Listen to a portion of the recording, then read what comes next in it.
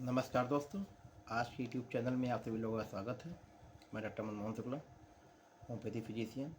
समय समय पर होम्योपैथी से रिलेटेड वीडियो बनाता रहता हूं। और आज का हमारा टॉपिक है अर्गुनान ऑफ मेडिसिन पे डॉक्टर हनीमैन ने क्या कहा था। आज उसी क्रम में इफोरिज्म नंबर 51 पे बारे में मैं डिस्कस करता हूँ कि डॉक्टर हनीमैन ने क्या कहा था।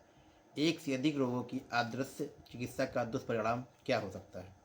यदि दीर्घकाल तक किसी रोग के उपचार हेतु गलत या अनुपयुक्त एलोपैथी दवा का प्रयोग किया जाता है तो रोगी के शरीर में ऐसी अनेक कॉम्प्लिकेशन और तकलीफें उत्पन्न हो जाती हैं जो प्राकृतिक रूप से आने वाली बीमारी में नहीं होती हैं।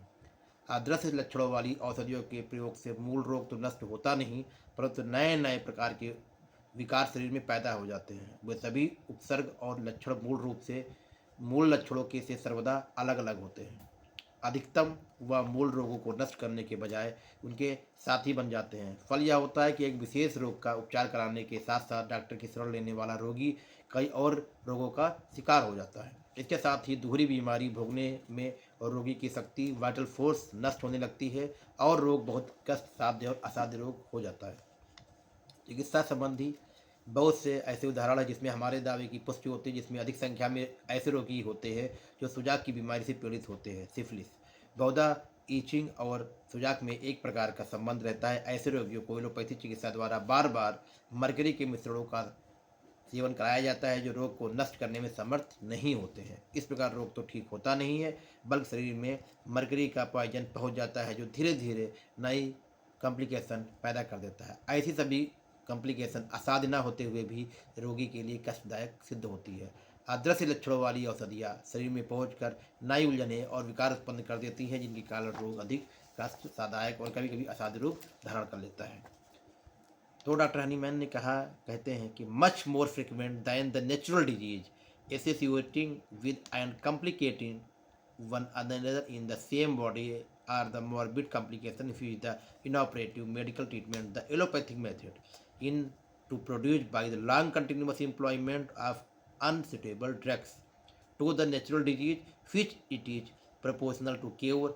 There are the added by the constant repetition of the unsuitable medicinal agent, the new, often very traditional morbid condition corresponding to the nature of this agent. These gradually coalesce with the complicated, the chronic malady which is dissimilar to them, which they were unable to cure by similarity of action that is homeopathically aiding to the old disease a new dissimilar artificial malady of a chronic nature, and thus give the patient a doubt in place of a single disease that is to say randomize him much worse and more difficult to cure, often cute incurable.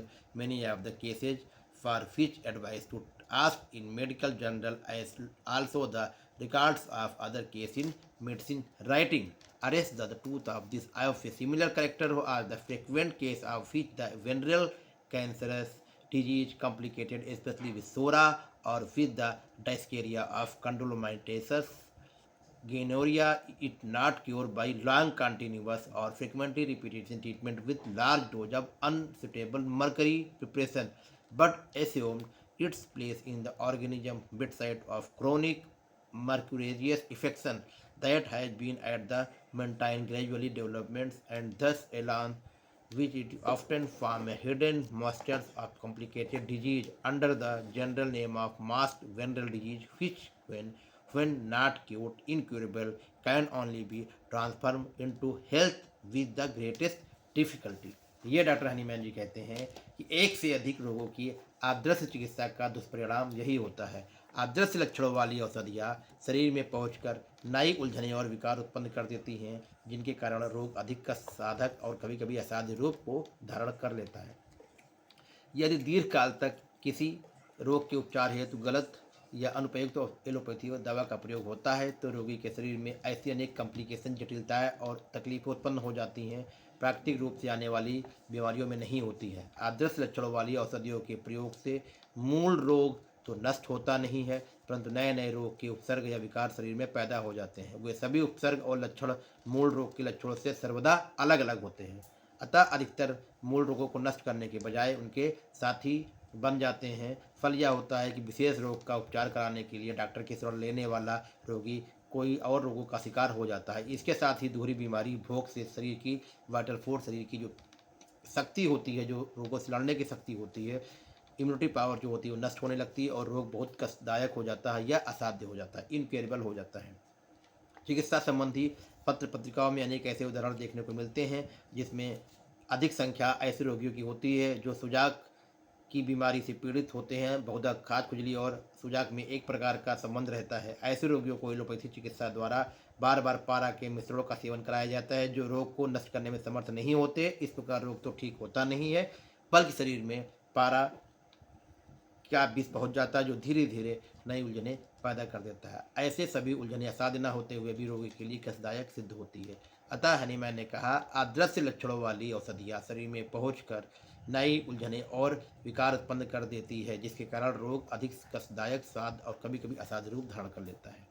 तो इसीलिए जो जैसा रोग होना चाहिए उसी से similar remedy मनुष्य को देनी चाहिए। जैसे हम लोग होम्योपैथी में करते हैं, सिमिलिया सिमिलबस क्यूरेंटर, और वही दवा जाएगी तो मरीज को उसके सिम्टम्स को हटाएगी। जैसा सिम्टम्स होगा वही रेमडी हमें प्रिस्क्राइब करनी है। सिम्टम्स हटा, रेमडी जो हमारी गई, सिम्टम्स कम हो गया, मरीज ठीक हो जाता है। तो ये होम्योपैथी का सिद्धांत है। डॉक्टर हनीमैन ने इसी सिद्धांत को 41 एफोरिज्म में बहुत बारीकी से बताया हुआ है। तो दोस्तों, अपने प्रैक्टिस में होम्योपैथी, प्रैक्टिस में फिलॉसफी, आप ऑर्गेनान ऑफ मेडिसिन के 6 एडिशन को, एफोरिज्म को जरूर याद करिए, पढ़िए और अपनी प्रैक्टिस में अप्लाई करिए। दोस्तों, अगर ये वीडियो अच्छा लगा है तो इसको लाइक कर दीजिए, शेयर कर दीजिए, मेरे चैनल को सब्सक्राइब कर दीजिए। इससे समय समय पर जब भी हम कोई होम्योपैथी से रिलेटेड वीडियो बनाते हैं तो इसकी जानकारी आप तक मिलती रहे। मिलते हैं दोस्तों अगली वीडियो में, तब तक के लिए नमस्कार, जय हिंद, जय भारत, जय होम्योपैथी, जय डॉक्टर।